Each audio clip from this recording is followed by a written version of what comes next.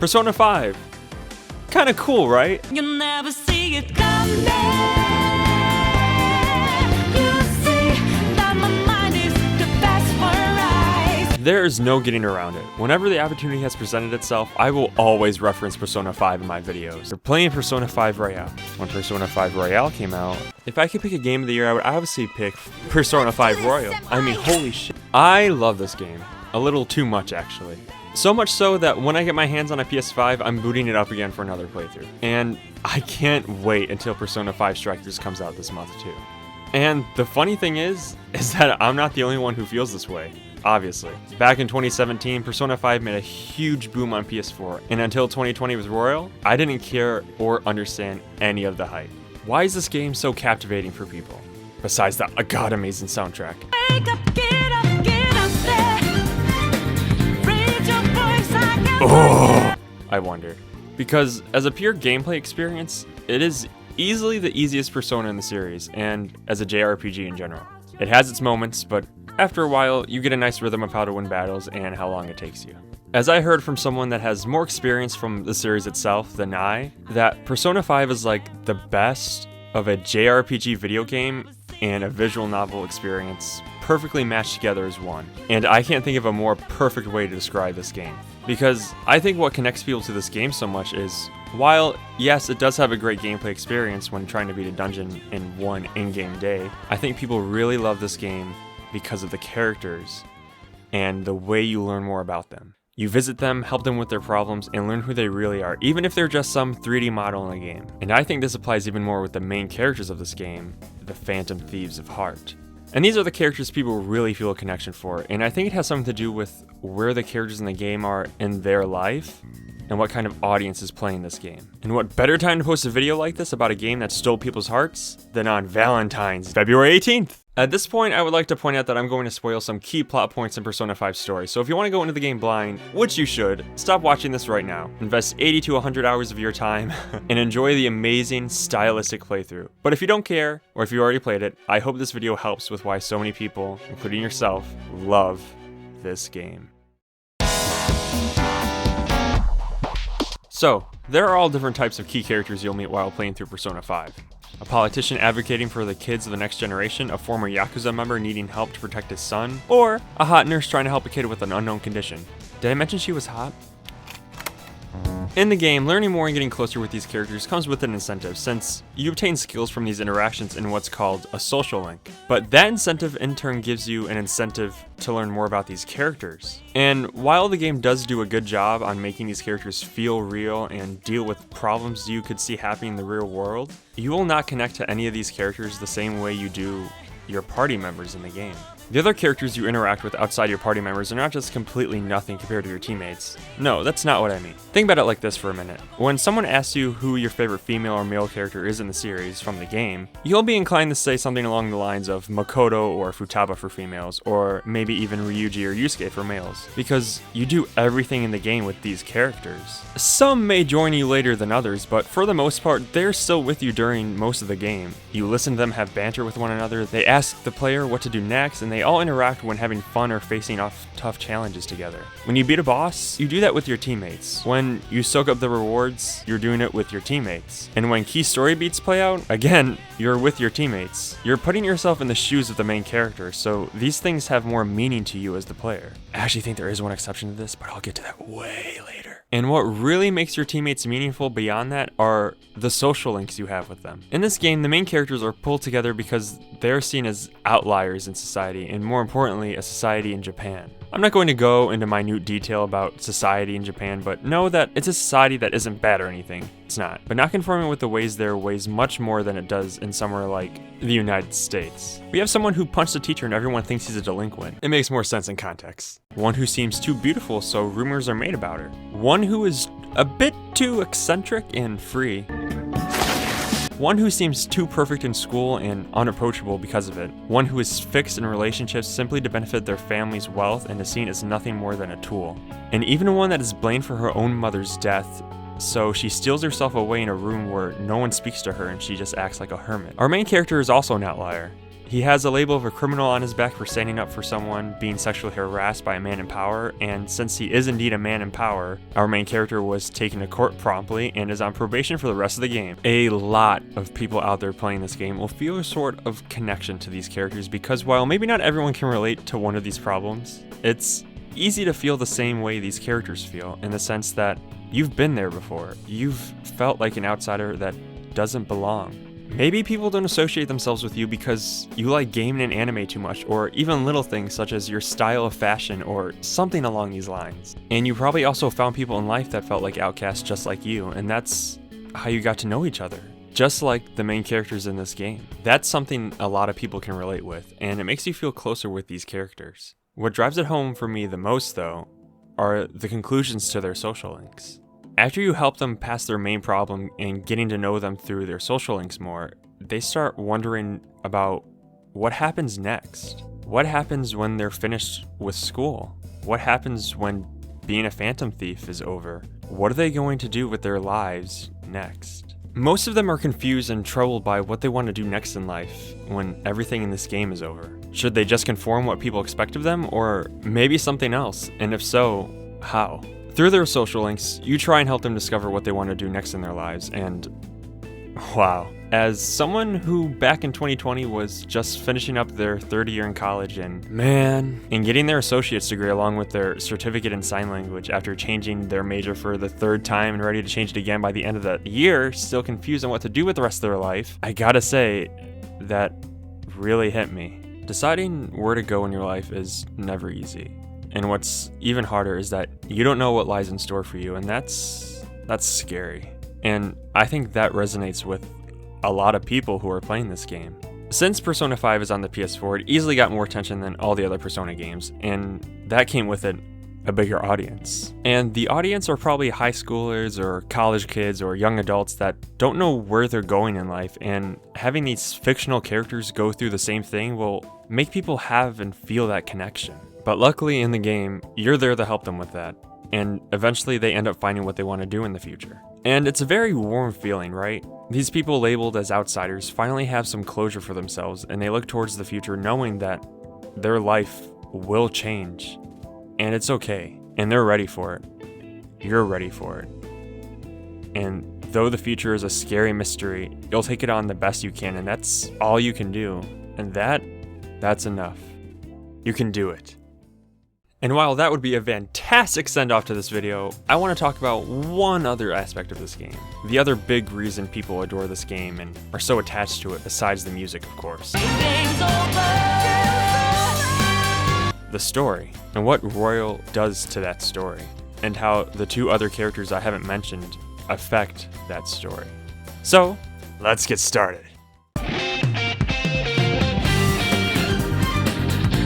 The story is a very compelling one. Well, at least I think so, you know. Our members of the team we spoke about, the Outcasts, are rising up against the pitiful society laid out before them, and having those corrupted people in society own up to their crimes. Our additions of teammates come from those individuals in society who have taken advantage of them in some manner, whether it's mentally speaking or very literally. Our first threat in the game is a teacher who thinks he rules over the school because of his status, and because so, he can do whatever he wants there, intentionally making a student hit him to get his way, abusing his sports team, or sexually creeping on multiple girls. Two of our main outcasts, Ryuji and An, are casualties of this and rise up against it along with you. We probably all had that one teacher we thought was sus as hell back in high school, so this as a first threat is a great way to capture the player's attention at the beginning of the game. Our next member, Yusuke, comes from being taken advantage of by his teacher who, by the way, uses other people's talent for his massive gain in revenue. Makoto is tricked by, a mafia boss because she wanted to be seen more as just the boring class president. Futaba is plagued by the thought that she killed her mother because of what adults said to her at a young age about it. And Haru was treated like a tool by her overslaving corporate controlling dad. This is also what pushes these people to awaken their personas, the physical manifestation of your rebellion spirit. The last tyrant of society you face is a corrupt-minded politician who will do anything to get his way. It's not like we have any of those in real life, right? And is also the man in power our main character tried to stop at the beginning of this whole mess, and having a label on his back in the first place. And then the game has this grand climax where you kill that nothingness feeling that all of society has, of being okay with that zombie mindset of day-to-day life and how fast internet time is and stuff, and that you can just be forgotten just like that by society. And wow, real life sucks. But of course, in standard JRPG fashion and video games in general, you conquer these things in society and look forward to what life has in store for you in the future as you get older. And people really jive with this plot of taking the corrupt society we know and make it something that you can expose to the world so that every inch of the public knows what's happening in it and make them pay for it. It's good. Really good. And doesn't hold back on speaking up about how corrupt adults make this world. And this is why I think so many people love this game. It has characters that really connect to you on a personal level, since most people playing this game will have a similar mindset, mixed with the harsh society that reflects your own world. But in this game you can expose and reform it, and in a time where the world seems more corrupt than ever, it's great at making you feel truly part of this world. And that's why so many people love Persona 5.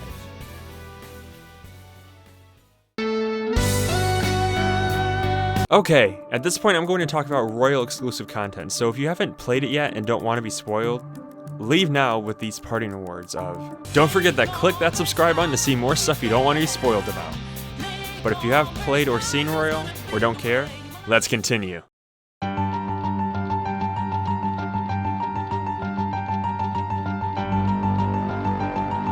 That story is amazing, and mixing the type of characters affected by society in the worst way along with how the main characters deal with it, along with a 10 out of 10 soundtrack and a stylish battle system, you have a great game. But it could be better. New to Persona 5 Royal are the characters of Maruki and a cute girl named Kasumi Oshizawa. Maruki is an amazing character. He's a counselor who talks with you and your teammates, and from that starts developing a thesis on how to help people fix their internal pain. In the same way a band-aid helps you with a cut on your leg. And these conversations are fantastic, and the social link is one of the best in the game. He truly wants what's best for people. Kasumi is the new girl of the game and of the Phantom Thieves. She awakens her persona in an odd set of circumstances, you could say. You and her stumble upon someone's palace, a cognition of how people view the world. And because people have certain expectations of her, she rebels against it. In a similar way, the rest of the squad rebels against society to awaken their persona. Unlike Haru, who felt like she didn't get enough screen time before she was added, Kasumi has an early social link and constantly intervenes in the story to make herself known and interact with the main characters. After you finish your vanilla story of the Persona 5 experience, and you've completed Akechi's new social link, God I love you Akechi, Maruki's social link, and Kasumi's social link, you move on to the royal part of the game, and this is where the story changes. Because why I think vanilla Persona 5 already has a lot to say about society and what it does to people around us. The royal section makes this philosophical question appear, and that's, wouldn't it just be better if it all just went away?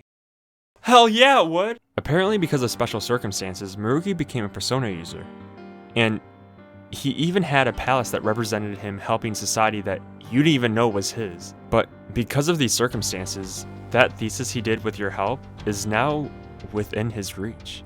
He can now make all of the corruptions of society, all the strife that people unfairly go through in life, and he can just make it all go away. All that pain you've suffered can now be gone. Forever. Maruki does enable this plan. He claims some people just can't handle some pain in life, and it's better to remove that pain no matter the cost, even if it's not what you want. An example would be like if someone close to you passed away and it affected you so much that you wish you never remembered them.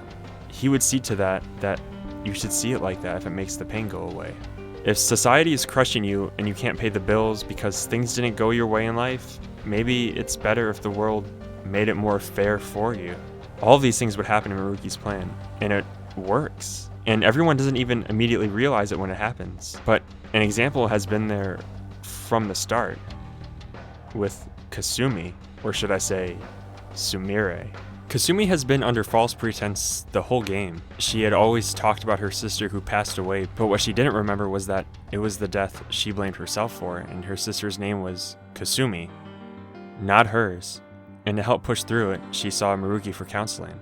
But to her, she wishes she was the one who died. She wishes her sister was still perfect, amazing, and living as she remembered. She wished she was Kasumi, not her useless Sumire self. And Maruki, having a bit of his persona powers, made that come true in her mind. So this character we thought we knew the whole game was someone actually trying to be someone she's not. Now, to truly get to the end of the game, you deny this plan and this world Miruki created. You help Sumire accept who she is and what happened in her life. At the end of the day, everything can't just be handed to you in life. It has to be earned. Those problems that plague you, though they seem awful and hurt sometimes, these feelings and experiences make you, well, you. And denying those things and wishing that things came easy or wishing other things went away is denying what makes you who you are. And you are enough, and nothing needs to change that. But in the back of your mind, you might even still think to yourself that maybe it wouldn't be so bad to accept a reality like that. You don't care. Maybe you get to see a loved one again, or you would have a better relationship with others again. You even have a chance to accept Miruki's ideals multiple times in the game, and those result in quote-unquote the bad endings. But maybe you're okay with them being called bad endings, because you would rather accept that. And sometimes I think to myself, I wish everything fell into my lap on YouTube, but if that happened, then what's the point of ever trying in the first place? But again, accepting that reality, that is denying what you've done in life and who you are. And the game presenting you questions like this and how it makes you feel is why I think people fell in love with Persona 5 all over again. Thanks for sitting through this entire video, or not. Persona 5 is a game that I will continue to love for many, many years. And I'm glad I took the opportunity last year to play it, and now I know why so many people follow this game religiously. If you enjoy what you saw here today, don't forget to like the video. And if you're interested to see what's in store next, in the future, maybe consider subscribing to the channel. You won't regret it, trust me. And once again, thank you for watching.